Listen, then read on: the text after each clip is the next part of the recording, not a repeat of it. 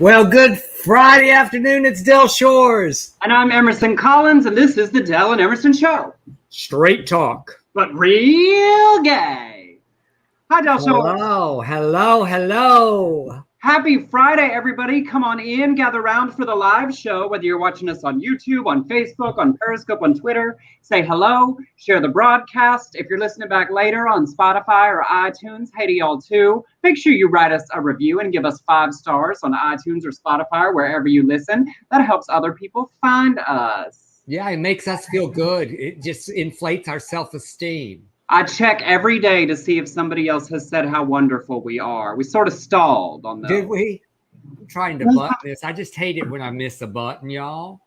Oh, I get it. Good. I wasn't going to be able to stare at it for the whole show. Because we get a big show. Anita Bryant's gay granddaughter, that walk-away gay is trying to walk back. The Olympics, Simone Biles, outing and Bulges. Vaccine remorse from a Fox News host, GodTribe. A bigot French priest closet case. Country made me gay from John Waters, a stroke while stroking, and more. Ooh, a stroke while stroking. I know. That story made me reevaluate my activities before I go to bed. You do have to think about your life choices, but as always, you have to wait for the nonsense story at the very end of the show. Yes, it's the way we tease. It's like the big guest on Johnny Carson, those of you who are old enough to get that reference. Well, they've continued having evening talk shows since Johnny Carson. Yes, I know. They didn't stop when he retired off to the hillside, never to be heard from again. They stopped for me, Emerson. When Johnny left, they stopped for me. That's it. That was it. I'm still protesting. I'm done. It's too late for me to stay up. Anyway. I just can't do that. You know, people that watch a show that's on every day, like soap opera, or like the Tonight Show, like any of those, it's every single day shows. That just feels like so much pressure because I'm a completionist. And if I missed one, I would feel like I needed to watch it the next night. And now there's like 3 hours of TV to watch. And that just seems stressful. Now, I was thinking about the other day how we have gotten so used to binging that now I get pissed off when I can't. I was watching White Lotus and I was like, wait, there's no more? I have to wait till Sunday? A whole other week. So, but this week, anyway, what's going on in your life? I will tell you. I went to the dentist. I'm going to like get all my parts checked out because when you don't have money, you don't go to the like eye doctor and the dentist because they're expensive. So I went to the eye doctor yesterday. I will tell you all that he told me I had very young looking retinas, and that compliments. I'm just going to float on that for like a week. Oh my God. They have this new thing. They take a thing and then there's like a 3D picture of the inside of your eyeball. It was very invasive. I know they've been telling me I've got early stages of glaucoma or something for about 10 years now. Early stages. But I know, isn't it interesting? It's like when I was in the hospital, she said, one of the nurses said, your vitals are like a 30-year-old man. And I repeat that every single day now. Just helps you. As you should. But I just don't know that I love a whole office full of people just knowing intimately the inside of my eyeball. It's like a colonoscopy. Like, don't just flash those photos of my insides around. Oh, come on. It's not even close to a colonoscopy. That's first of all, that is just way too intrusive for me. Thank God they put you asleep. Twilight. You know, that year that I almost died, I had a colonoscopy and an endoscopy at the same time when they were trying to figure out why, I couldn't get off the couch. And I just thought, they were like, oh, we'll put you in Twilight. I was out, which is sort of disappointing because it's the closest I've ever come to one of those spit roast, from the front and the back at the same time situations. I was very relieved you got off the couch because, there was that woman who laid on her couch for several years and she fused to it. Yes. And then when they tried to cut her off, she died. Yeah. Sorry to bring the room down, but. Well, oh no, and look, choices. We all make our choices. If that's how you want to go, good for you. And then today I went to the dentist and I was thinking, why in America do we think that like eyeballs and teeth are add-ons for health insurance? That's true. Like, why is that an add-on? What? Because they're like vaguely close to the outside. They don't count. Like, it's just bonkers that like vision and dental are not inherently in health insurance. We have lots of problems. So does your health insurance does not include dental? No, I have that Affordable Care Act, California, covered California. You got to add those plans. If you got a fancy woo-woo job, of course, that stuff is included. But for those of us paying out of pocket, it's extra out of pocket. No, mine's included, but I don't have a fancy job right now, but I have the writer's But guild. you have, I know, but you have earned that. For life. For life. Are you enjoying having both of your daughters home for a little while? Oh, I am. And today my daughter Caroline has taken up photography, and she has this cool camera, and she said, Dad, I want to take some pictures of you. And y'all, I haven't had any good publicity shots in a long time, and she did so great. I just sent them to Emerson and had him choose the top 5. So I got a free photo shoot today by Caroline Shores. I know. I was like, I gotta go. I was like, Carrie, I'm coming over.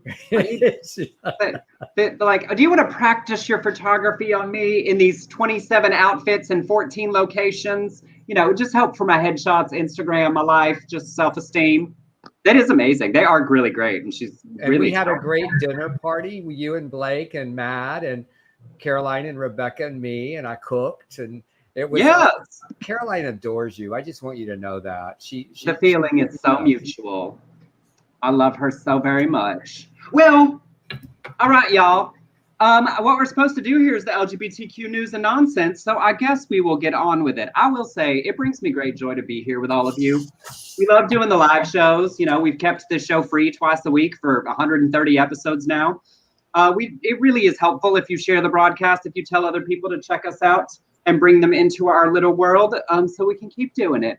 And I'm gonna start off with courts and laws. Of course, we did our big update the other day, but here in California, an appeals court just struck down part of a new state law we told you about, meant to protect LGBTQ plus nursing home residents. It had like 13 things in it, but the appeals court struck down the name and pronouns section of the law, requiring you to address people by their preferred pronouns, saying it violates the free speech rights of facility employees. Associate Judge Elena Duarte wrote, "We recognize that misgendering may be disrespectful, discourteous, and insulting."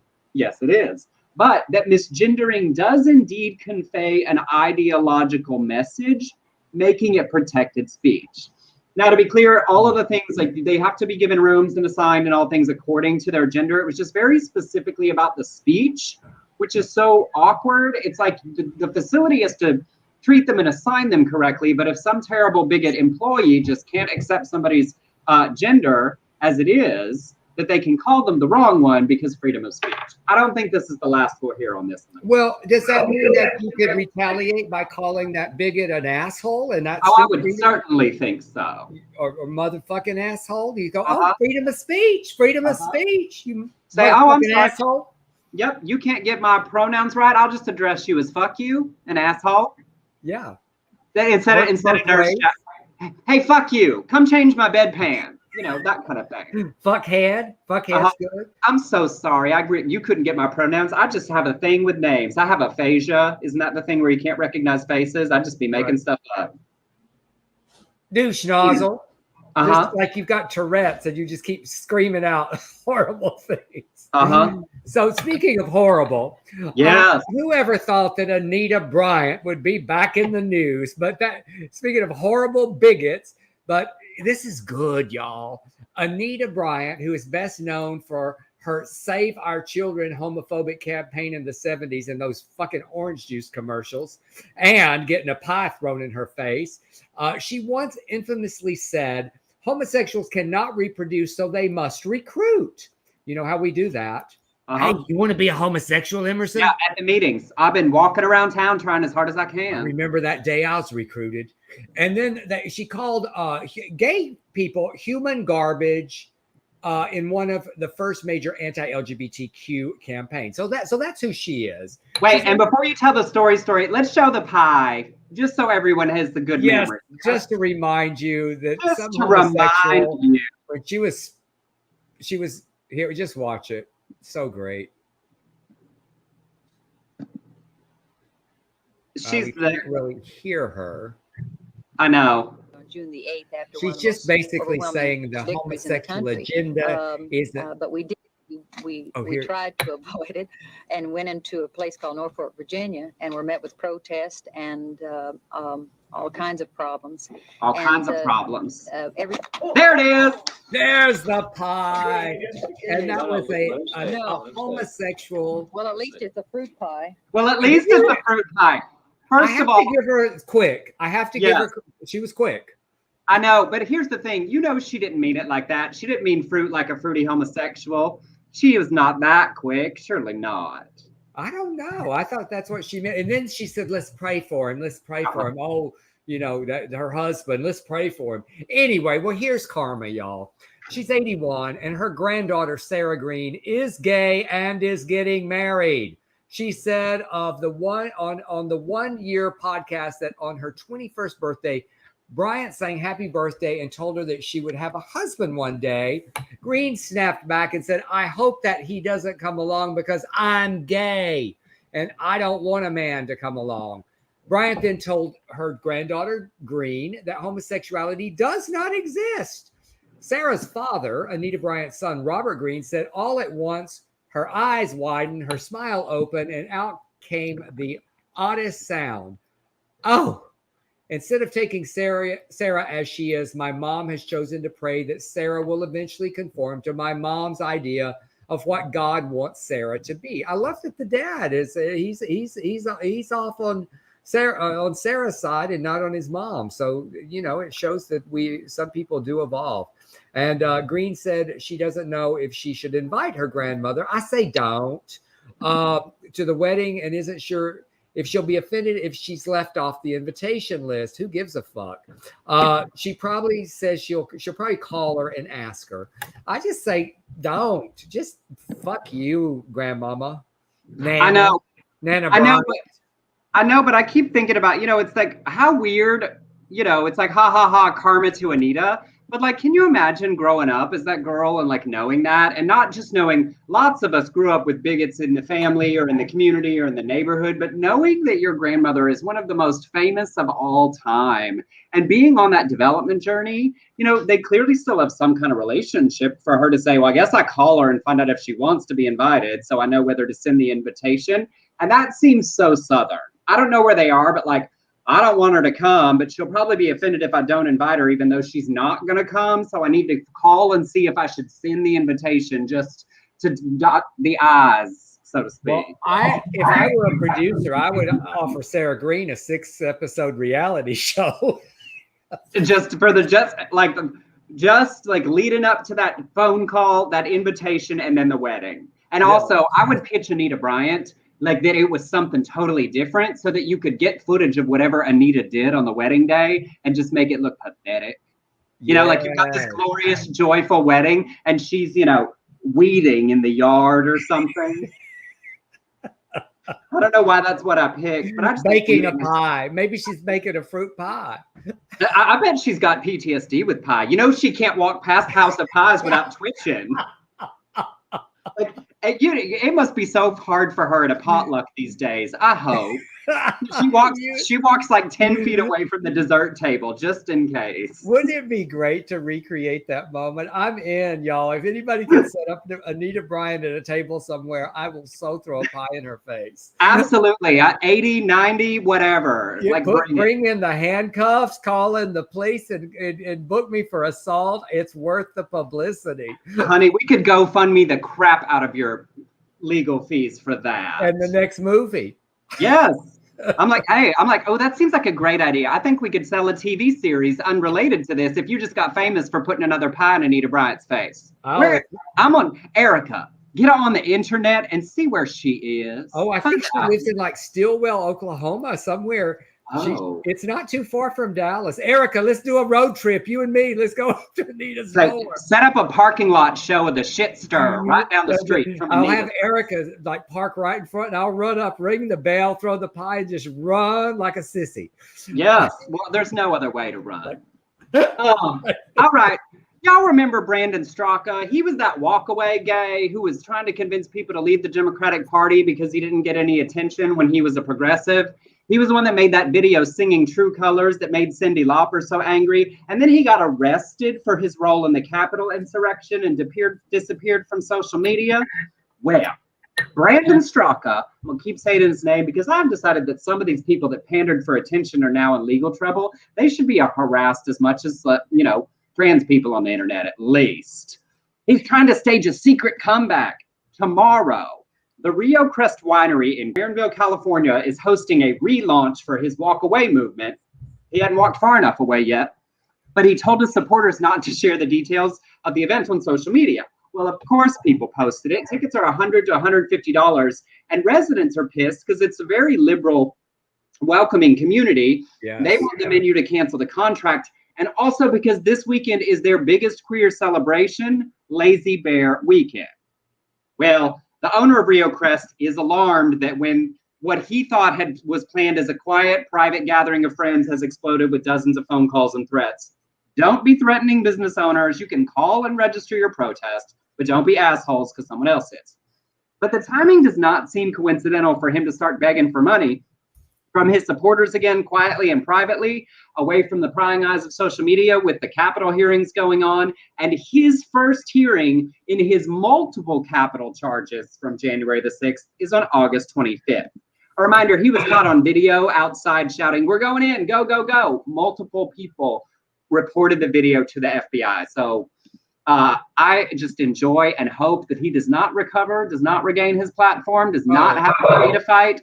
Sir, because he's in the category with like Candace Owens and Milo Yiannopoulos and all those people who pandered to the least educated, the most afraid, the most bigoted people by running far to the right and being like a token representation to raise their platform, their personal power, and their personal worth. He just made a ton of money pretending like they believe this stuff. And remember, he had that whole campaign and some bullshit musical he wrote when he was a lefty. And then he realized, I didn't raise enough money here. I can do much better. So he's not even sincere. He doesn't even believe his shit. I think that group of people, that like pandering, placating, self-promoting, just grifting group of people is actually way worse than the dumb, ignorant bigots that believe what they've been taught to believe and have never been exposed to other things and are uninformed and uneducated and unscientific. I think it's worse to know better and then pander to those people. He's now, I looked on Twitter today, he's now private on Twitter or whatever it is where you have to accept you as a follower, because I got in a little Twitter spat with him with the Cyndi Lauper thing, if you remember, where I said something about how awful it was. And then he said, it's unfortunate that gays can't support other gays. And I said, no. I support most gays. I just don't support those gays who advocate against my rights. Who are you? Basically, you. Absolutely. I don't support you. And I am proud not to support you. I'd love to just drive up to Sonoma. I love Sonoma. Sonoma's great. Let's go. And Blake, he loves the wine. So maybe we could do some wine tasting, go up there and just descend with a pie. It's all No, because that is the worst group of people to engage. We've talked about it because those people use our ire, our irritation, our things with them so they can quote tweet it and get a bunch of responses from people who support them. And then right below it, they drop a fundraising link and they make money off of our outrage and their faux beliefs. Yeah, you're right. Okay, moving on. No more. Because we are going to bring shame back to our culture if it kills me. Okay. All right. Well, this is kind of a disturbing story, actually. There's 168 LGBTQ athletes who are competing in the Olympics. And I don't know how many of you are watching the Olympics, but that they would be 12th if they were a country, the LGBTQ participants in the medal count.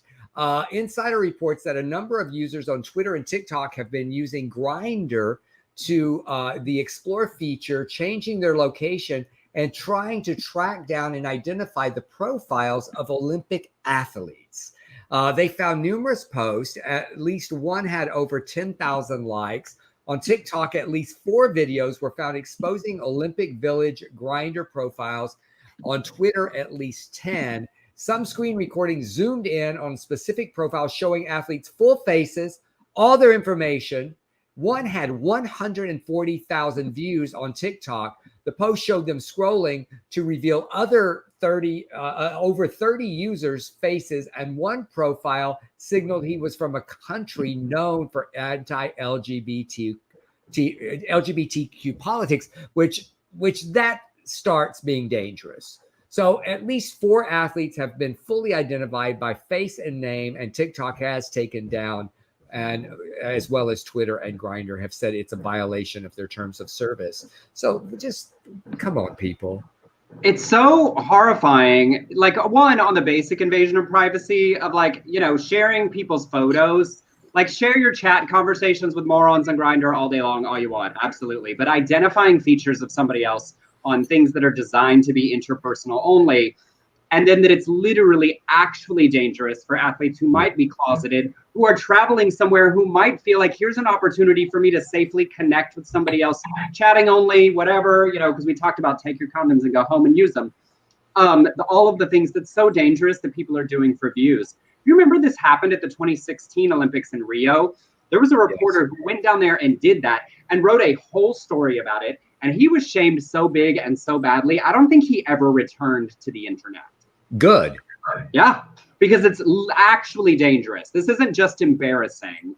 You don't know the circumstances of somebody else. And, like, to not have the foresight of that, like, how traumatizing. Don't be asshats on social media for clout. And why? Why do that? Just because you're just... Clout. Yeah. For, like, look at this, attention. I thought of something nobody else thought of. Yeah. Relatedly, I'm sure whether you've been watching or not, you've seen what has happened this week with Simone Biles, and I just wanted to chat about it a little bit because I find it so impressive. If you haven't been watching the Olympics, Simone Biles, one who will go down as one of the, if not the greatest gymnasts of all time, after the opening night of qualifications, after her first event in the team competition, withdrew from the competition. And as we got more information, it was because of mental health issues, and specifically related to what gymnasts call the twisties, where you lose your sense of where you are in the air while you're tumbling. It's a thing that also happens to golfers and baseball people. They call it the yips. And so there's been a huge response to that. Lots of people talking about how amazing and impressive it is to see one of the premier athletes in the world talking about mental health and physical, that isn't just like there's a physical body issue. And then lots of people shaming her for quote unquote quitting or walking out or because she's nervous. And I'm just, feel free to weigh in and share what you all thinking. But as someone who is very openly in the last year with you all, shared my own mental health issues and how they dramatically physically affect my body. It's not like, oh, I'm anxious and I just need to process through it. My body has a physical nausea and things reaction when it happens. The idea that the number one athlete in the world, she knew that this was going to be the reaction, right? Like, she's been in media for a decade or more. She knew that people would say this stuff, and she still made this decision. That tells you how serious it is. Yeah. And then yesterday she put up a video showing her training session. And she didn't need to prove it to anybody, but saying, look, there I only did 1.5 twists and I'm supposed to do 2.5. There I got closer and still like landing on my back as proof that physically something is wrong. But it should be enough for a person to say, my mental health is affecting my physical performance. I cannot do this. And here's where I go to, Emerson, besides the fact that people are just jerks. What does she have to gain by saying, I'm withdrawing? I mean, there's nothing to gain here. Nothing. I mean, it was huge for her to do it. And, you know, for people like Michael Che, whatever, you know, to go after her with horrible jokes. And I mean, he had to delete his Instagram today or yesterday because of his awfulness. But what I think that what she is experiencing more than the negative is there is a huge outpouring of love and support for her from media and from people on social media. So I hope that she can get all of that other chatter out of her head. And I hope she can return to us with full mental capacity to do what she loves to do. But if she doesn't, she had an amazing run, and she will always be probably forever the best female gymnast of all time. I mean, probably gymnast. Like, I don't think there's any man that's gotten anywhere near what she has accomplished. But and also she did tweet at one point, "Thank you, I am seeing the love," and all of that. And I don't think I ever believed I was worth more than what I can do in gymnastics. And today, for the first time, I think maybe I am.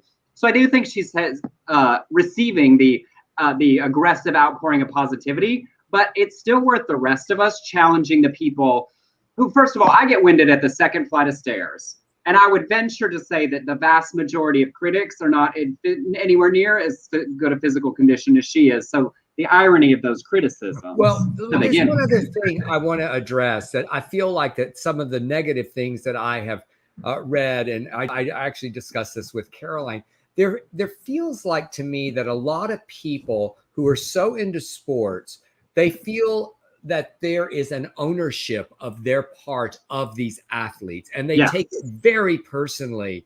That this is a personal thing, somehow affecting them, and they're, and she's messing with our medal count and all that, And she even addressed that. She said, with what was going on with me physically, the whole point of there being 4 on the floor is that only 3 have to compete. And it would have been a greater danger to the team, the medal, everything, for her to continue to do worse because of what she knew was going wrong with her. So she made the best decision for the team as well. Getting through some of y'all's comments, Xana, I saw this too. Piers Morgan called her a quitter. And this is the man who literally quit his television show because he criticized, because Meghan Markle wouldn't go on a date with him one time. Kathy said, "I feel so bad for Simone, very brave."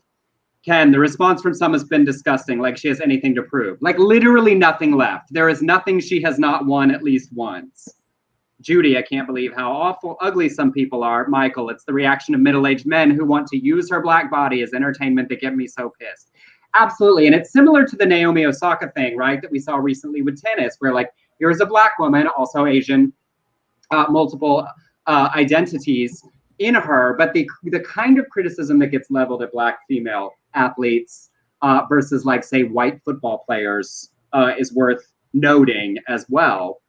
Brent, yes, she had to be devastated, and this decision had to be heartbreakingly difficult for her. Like that, like there's any world in which like, yeah, this is what I want to do.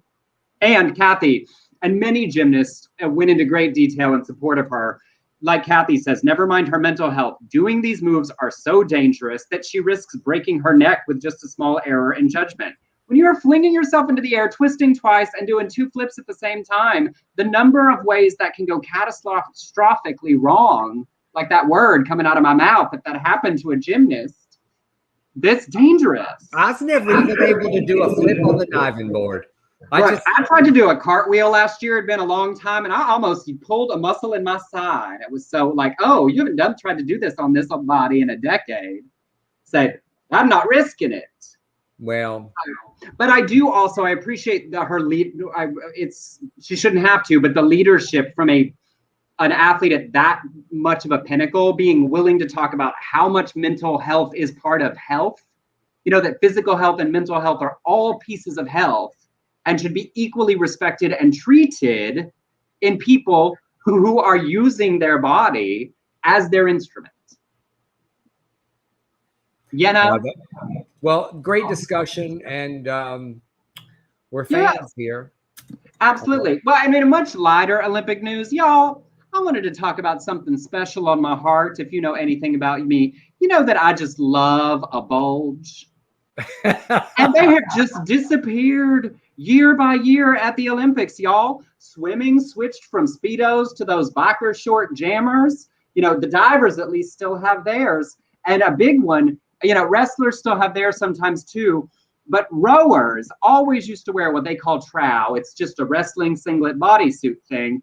But in 2012, the American bronze medal rowing team, this photo was spread across the internet. And this wonderful gentleman here in the second from your left, Heinrich Rummel's Bulge, became very discussed on the internet. He was a good sport about it. He even went to Reddit to say, this is me. I swear it's not erect. I don't know why it ended up in that position, but there you go. But since then, and that photo going all over the internet, they've started wearing pants for the medal ceremonies. A former college rowing coach, Charlie Sullivan, wrote for Outsports back in 2012 when that happened. If you choose to row and you have a penis and a testicle or two, said equipment will inevitably be on full display in front of God and your grandma and everyone.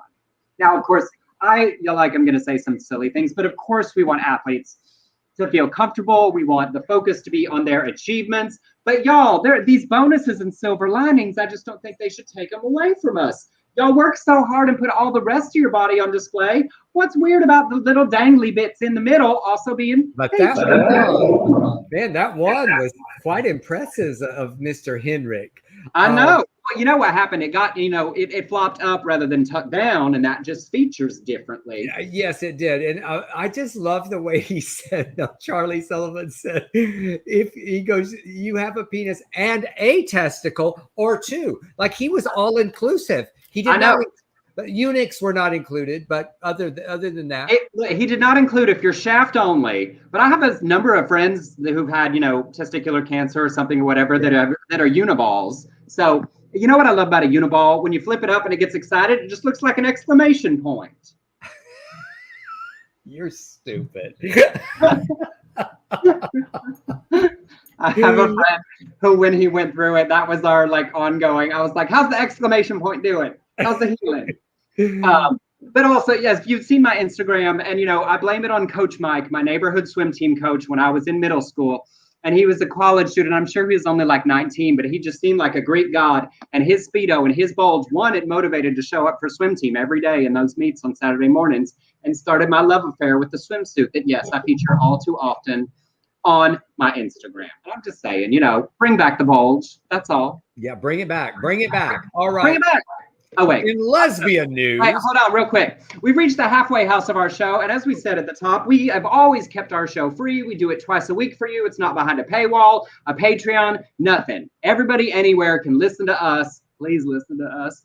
But if you enjoy what we do here and you want to support us financially because you have more money than you know what to do with, you could send us $1, $10, $100, several thousand, $1 million. We'll do something productive with it if it gets that high.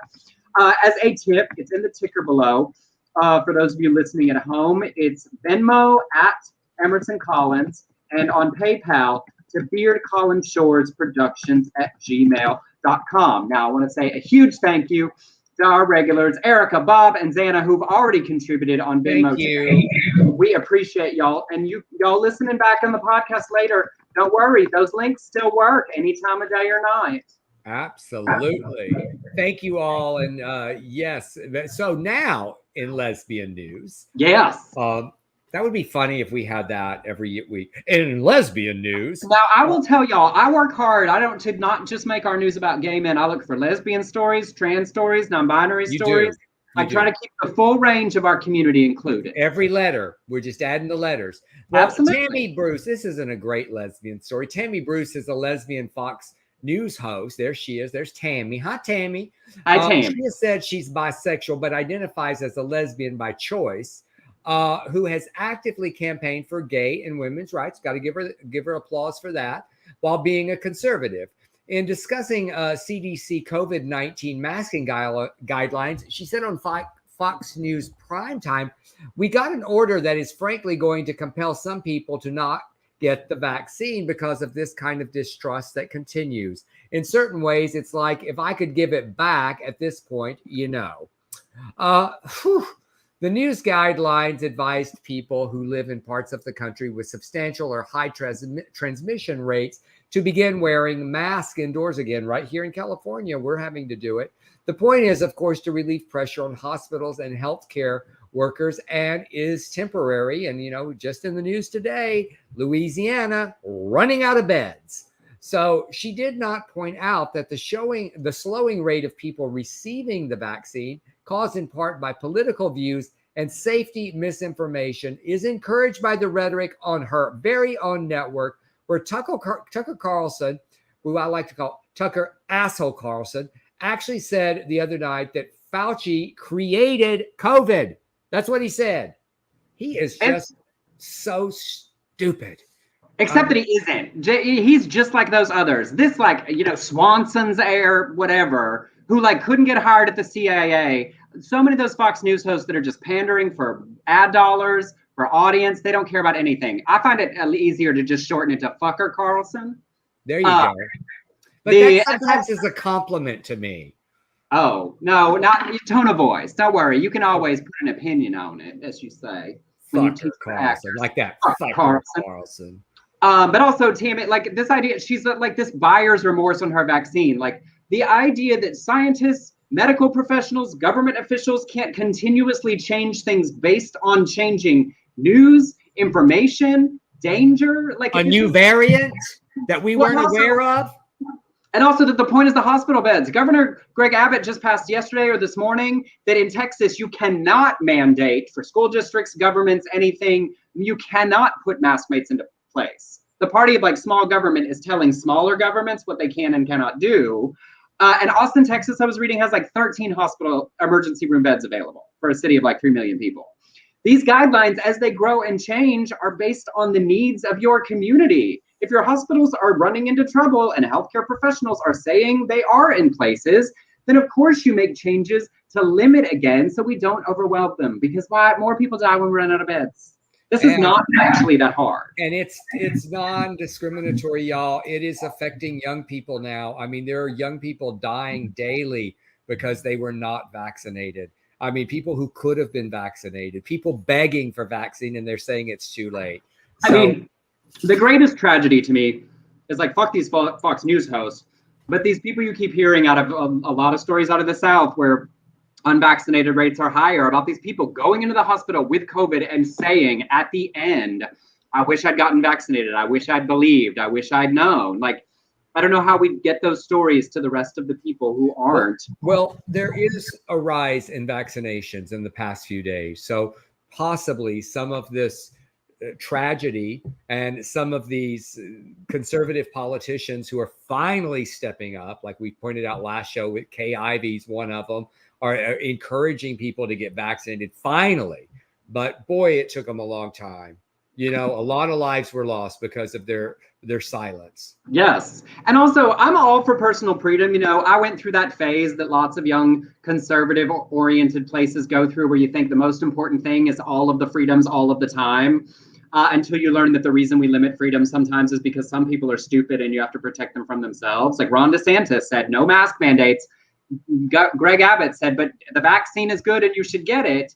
But if people are so stupid that their stupid decision then threatens the rest of us, we shouldn't let them be that stupid. That is the point of like, great, you can make that choice. And your school district and your churches or your malls or wherever, your stadiums, your theaters, whatever, also get to make their choice to say, great, you don't have to get a vaccine, but you can't come in here.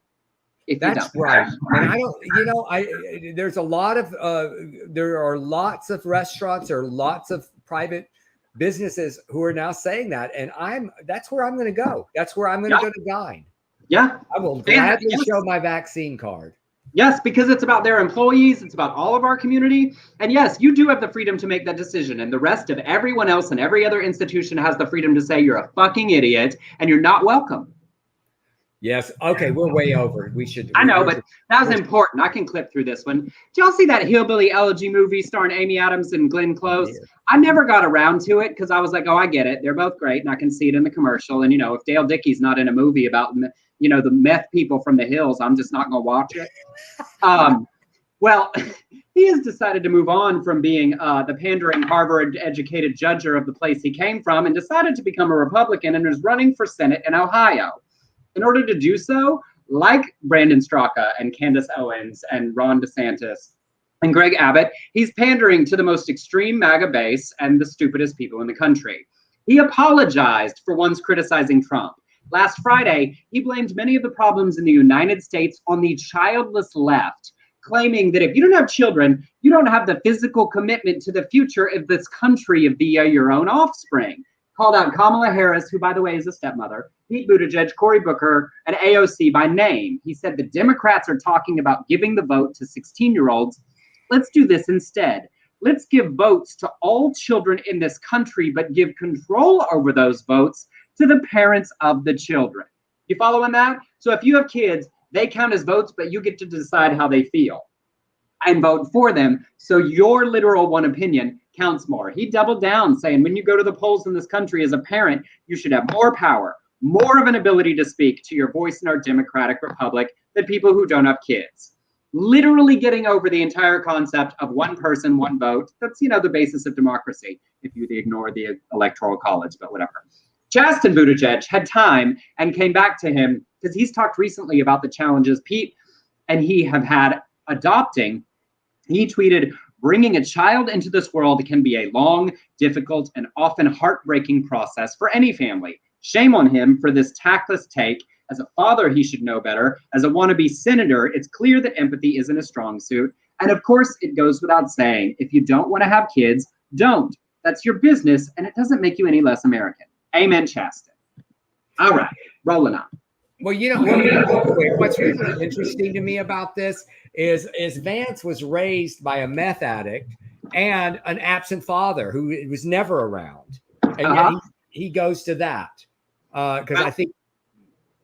And then he went to Harvard, wrote a real judgmental book about where he came from. Exactly. And then said, I can but I know those people so well, I know how to pander to them, and he is. Yeah, he sure is. And I tweeted him today and I said, you are as unevolved as the people you write about. Yes. All right, next. Oh, this is me. It says, okay, y'all remember Rick Wiles of True News, the one who declared he would not get vaccinated and said the virus was punishment from God. Then he got it. I'm sorry, I laughed. And had to be hospitalized and almost died. Well, now he is back and he wants to make social media a safe place for young Christian men. Well, young Christian straight men. He said it's meant to minister to young men, to discipline them, and to give young men a place to congregate where they feel safe, because especially here in America, a lot of young men feel that they are under attack, and they are under attack, and they are under attack. I say that 3 times. The culture warriors in this country are breaking down traditions, morals, family structures. They want to feminize them. They want to demonize them. They want to criminalize them. He worked hard on that eyes. It was good oration. Yes, they want to, depress them so that they will not act like the men that God created them to be. Where do young men turn to affirm in their identity as a male, a straight male, living for Christ in a pagan world? The site will be called, are you ready? GodTribe. And there's a special section called Campfires, which is basically Christian Clubhouse. First of all, I sort of love that he's doing this and that he's just admitting, there is not a place where they can be themselves. That's weird, because unless the thing that they want to be is racist, misogynist, and bigoted, they should be just fine anywhere else on the internet. So it's really just saying, we just need a place where we can just be so white and so Christian and so misogynist, and no one else can comment. And with just a lot of men around, no females, just a congregation of, it feels like Timberfell to me. It feels like Timberfell Lodge to me. I mean, and just sit. I will say, whoever came up with the idea that like calling it campfires, which is the Clubhouse section, for those of you who know, Clubhouse is an app where everybody gets in the room and anybody can talk.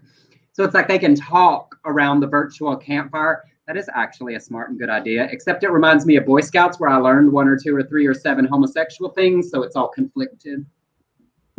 Well, there you go. GodTribe on its way to debut this fall. I wish I had enough time. My problem is I'm always like, oh, we should do, and then I just don't feel like it. It's like, I want to join GodTribe and just join the campfires. Sit around and talk. Stir a little shit up. Hey, y'all, I know the Lord has called me for a wife, but I got to be honest, just listening to y'all, it's stirring in my loins. And could we all pray together? Anybody else? And then start doing, do you remember that sound you could make in middle school where you pull your cheek and you go, yeah, yes. And it sounds like masturbation? I would just start doing that on the campfire. Just like, oh no, y'all, just keep praying. Well, actually, you could actually just masturbate. Well, no, that'd be weird. I want them to think that I am, because I just can't imagine that. That'd just be a lot of work. It'd be like yanking on a limp noodle. that point. I don't know what kind of mood I'm in today, y'all. Well, speaking of limp noodles, let's talk about Mississippi. Go. What? Why did you just ruin the story? Oh, I'm so sorry. You sure did. Well, every state in the United States has an out LGBT elected official except one. Can you guess which one? Mississippi. Is it Mississippi? Y'all, I prepared this as a call and response so that y'all could write state names while I read the rest of the story. I ruined it. I'm so sorry, Emerson. I ruined blurted it out. Wait, what's that from? Blurted it out. I don't know. Oh, it's like that Kristen Wiig sketch on SNL where she's trying to play password. That's what you just did. Mississippi. California has the most with 157, Pennsylvania with 54, Illinois 43, New York 38, Michigan 37 round out the top 5. We have 2 governors, 2 U.S. senators, 9 members of Congress, 189 state legislators, and 56 mayors. Yay. Less than 3% identify as Republicans. In fact, there are more trans elected officials than out queer Republican elected officials. 23 states have at least one trans person. So that's all from the Victory Fund's data, but we are up and up and on and on. But one state has none. Yes. What do you think it is? All right, next, move on. I want to say one thing, though. I know I ruined that for you, but I love this story because I loved seeing those numbers. I thought those numbers were so beautifully impressive. And I think they will just continue to grow. All right. In France, a notoriously anti-gay priest will face trial. This is not a real trial. It's a Catholic Church trial over his. What is it they got? Kangaroo court. It's the case of what it's called. Kangaroo. It's just a kangaroo court over his self-professed attempts to cure homosexuality. Now, his method, look at him, is to have sex with men. That's how he cures you. So, I mean, Monsignor Tony, I'm willing to try. What's that? I said, apparently I've been trying to cure myself a lot in my life. It's just ain't working. He supported banning LGBTQ people from serving in the priesthood. He claimed gay men raise violent children, and he supported a ban on same-sex marriage equality. He's written more than a dozen books, mostly about the evils of homosexuality.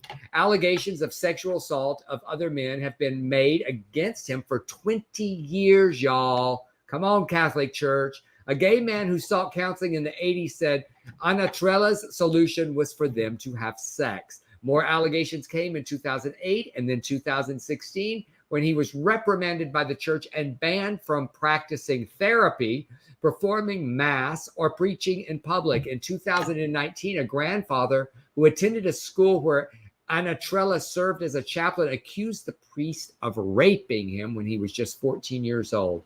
At least one priest claims he had warned church leadership for years about this man, about this priest. He told 7 French bishops and the president of the Conference of French Bishops, he was told not to criticize Anatrella because he was somebody important in the Vatican.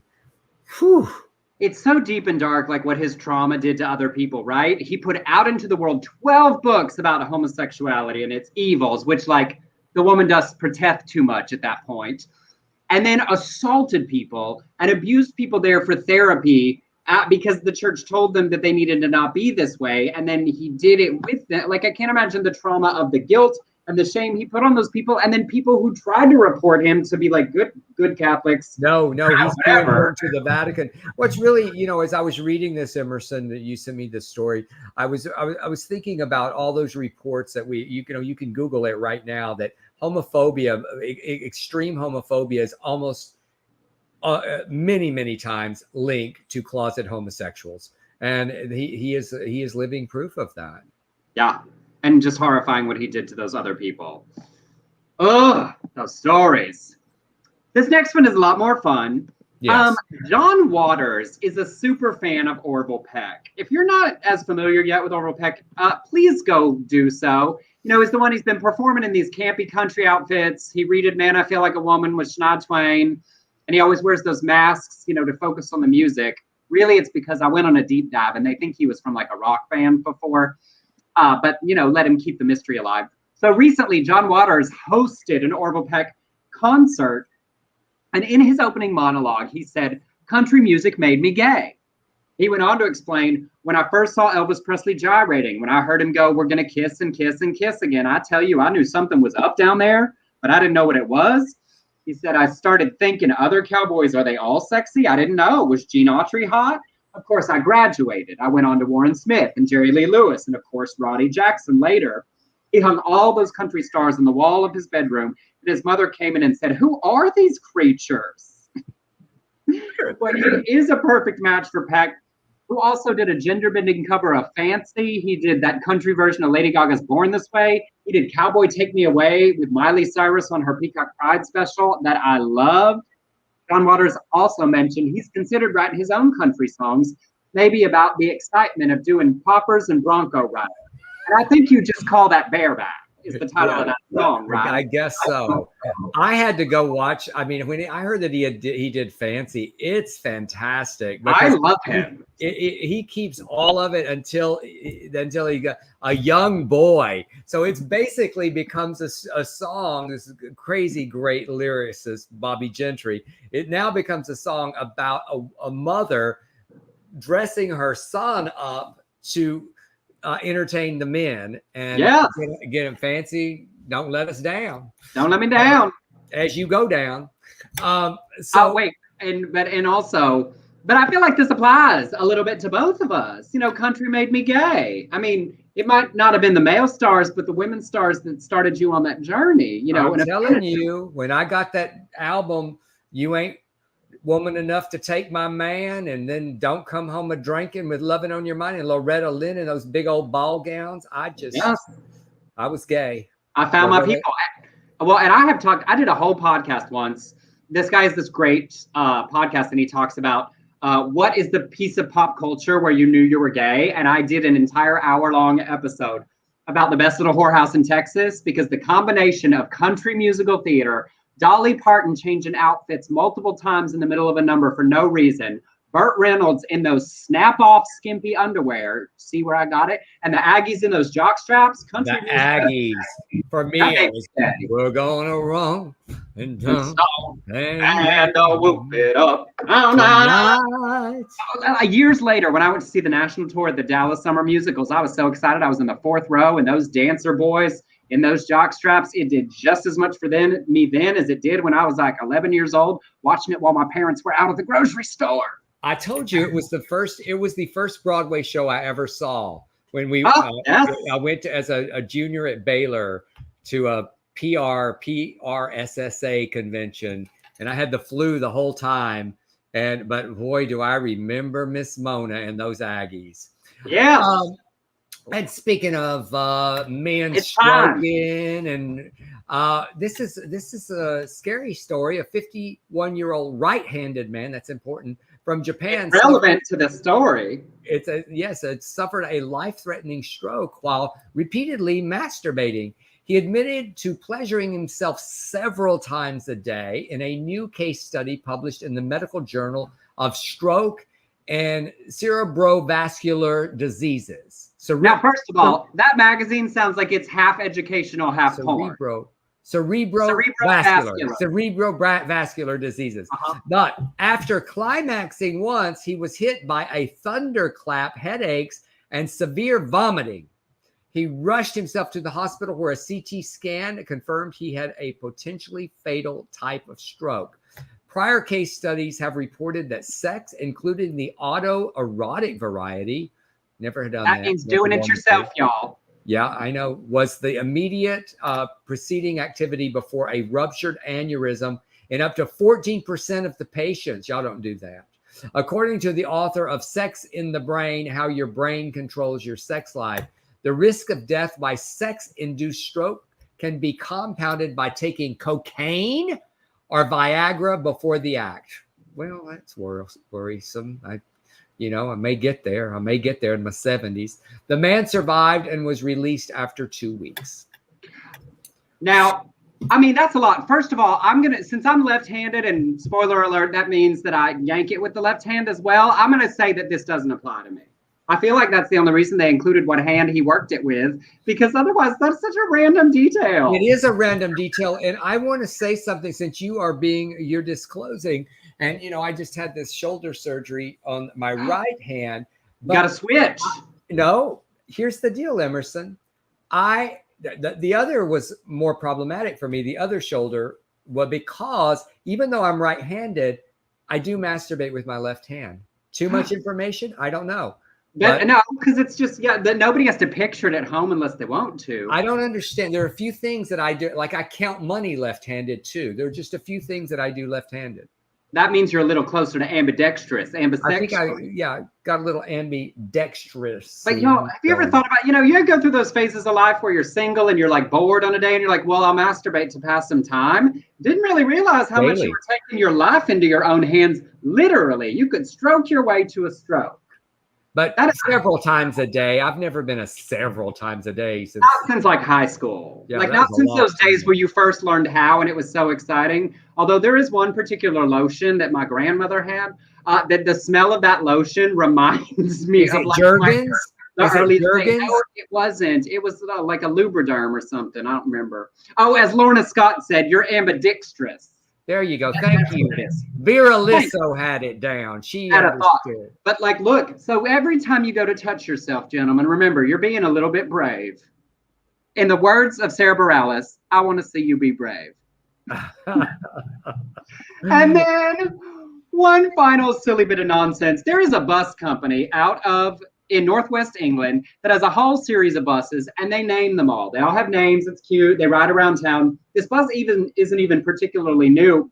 It was commissioned in 2019, and they wanted to name it after James Bond and after Goldfinger. So y'all, they named this bus after Pussy Galore.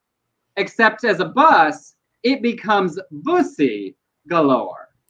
Now, if you don't instantly understand why that's hilarious, there is a certain segment of the homosexual population that refers to their anus as a bussy. It's a portmanteau of butt pussy. You're welcome. So this is riding around saying butt pussy galore all over the UK. The company was started by some big old homophobe. And so he spent a lot of money on that Section 28 and stuff in the UK. So it's just hysterical that there's a bus riding around the UK that you can ride bussy galore. There's another one called Bussy the Vampire Slayer. Although I think that would say Bussy, because that sounds closer to Buffy. I said they thought they were being clever, but they didn't realize how clever. Be like, that means something. It just means a whole lot more than you intended. I would just die. Like if I didn't know and I just walked up and saw that bus, I would definitely fall on the floor, laughing. I'd ride it. I'd ride that bus. Christopher said, I thought you were going to say octobussy. That would work too. Like anything, just bussy galore. So what you got going for the weekend, Emerson? Anything big? Not yes, big yes and no. Tonight Blake and I are going to the Hollywood Bowl to see Cynthia Erivo in concert. Y'all, way back when the Hollywood Bowl said, look, we can come back, Blake was like, we're getting tickets, and we got a 3-pack that was Christina Aguilera, Ledisi, and Cynthia Erivo won each of the last 3 weekends, and it has just been the most glorious set of experiences. I cannot wait. I mean, I hear you have premier parking. I sure do, y'all. Dale lives right by the bowl, and so I just took his parking pass and said, I'm just going to hang on to this for a few more weeks for princess parking. And then a lighter weekend. Oh, because we have 2 huge announcements on Monday for the Del Shores Foundation. Watch all of the social medias. We'll be sharing it everywhere. And on Tuesday on the show, we'll talk about them at length. One big exciting event coming and the very first bit of programming for the Del Shores Foundation, both being announced. So watch Monday, tune in on Tuesday. Very exciting. And maybe a couple of other little announcements. It's a big show. It's a big show on Tuesday. Bring in the masses, y'all. So that means I also have a lot of work to do this weekend for the last details of those things. What are you up to this week? Well, I teach, as you know, master acting on Saturday and Sunday. And then my daughter sadly leaves tomorrow, so I'm going to probably cry as she goes back to San Francisco with her little dachshund Penny. The bitches will be happy. They hate Penny. And then I think I may go out and have a drink and a burger with Mr. Ed Barron. Oh, nice. I know we were talking about, I'm going to spend Saturday as a work day and then maybe go to the beach on Sunday. Well, you do that. You get a little tan for me because I don't do that anymore. I know. Good for you. I just figure, you know, I'm gonna risk it all. I don't care. I'll be one of those leather ladies. You have good skin. I have shitty skin. Y'all give Dale some compliments about his skin real quick. I just freckle face, just freckle face Delford.